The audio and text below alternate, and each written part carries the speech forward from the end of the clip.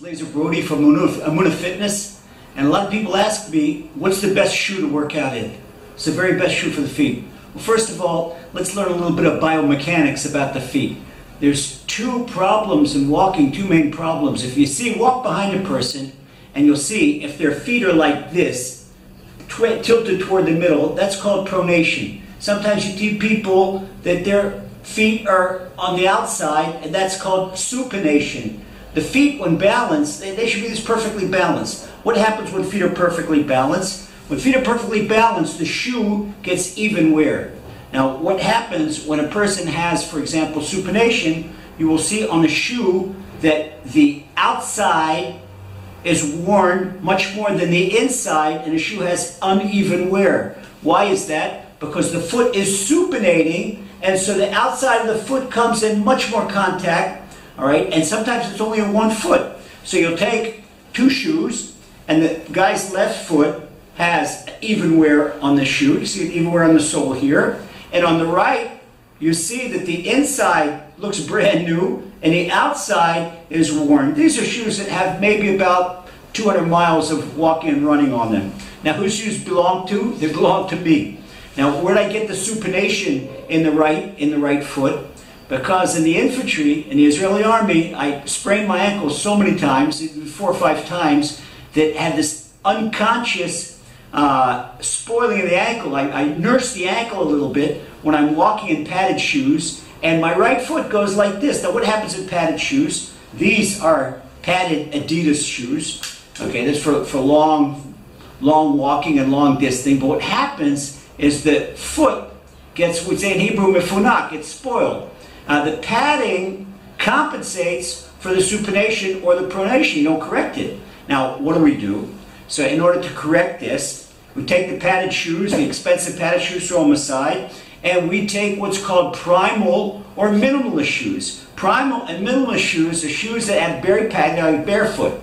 And this is what a primal shoe or a minimalist shoe looks like. This particular one is Lem's. This is a goodie because it's a black, and being big Hasidic, you can get away with wearing these.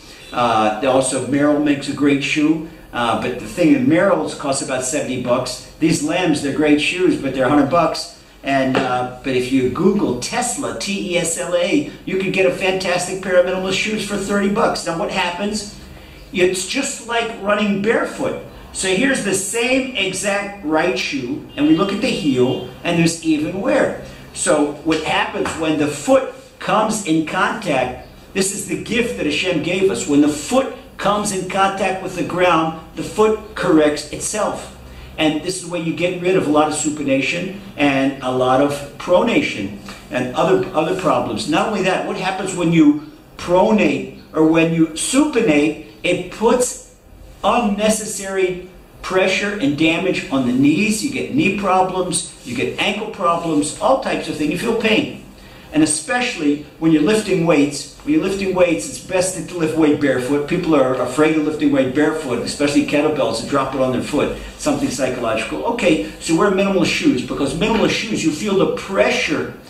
You can't get like a heavy, very heavy performer that's lifting heavy weights. He knows that by having cushion in the shoes, he really loses his power. You feel the most power when you're balanced, when you're firmly on the ground, and you can feel yourself, you feel you could lift a lot more weight, and it really works like that. So try getting some minimalist shoes, break them in little by little. Even better than that, walk barefoot. The tribe of Naphtali, they were the fastest runners. Torah talks about it. The tribe of Naphtali were the fastest runners. They ran barefoot, and their feet were so strong they could run on briars, they could run on rocks, pebbles, everything.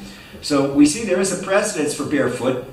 Even the Gemara kind of disdains walking around in barefoot. Okay, so we don't walk in a restaurant barefoot, But in the gym, in your own private gym, you can wear barefoot. It's not gym etiquette in a public gym to work out barefoot. So we use these minimalist shoes, okay? And there's nothing in it. It just covers your foot, and it's like working barefoot.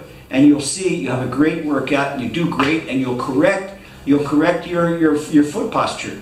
And you feel better, your knees will be better, and that's the secret of Emuna Fitness. Go for it and have success in everything you do. And don't forget, before you work out, say, Hashem, help me have a great workout. After you work out, Hashem Almighty, thank you. Then going through this, a little 3-second prayer before and a 5-second prayer afterwards. It avoids injuries, avoids problems. And we know that the gym is full of them. So take care, be healthy, and we'll see you soon in Emuna Fitness.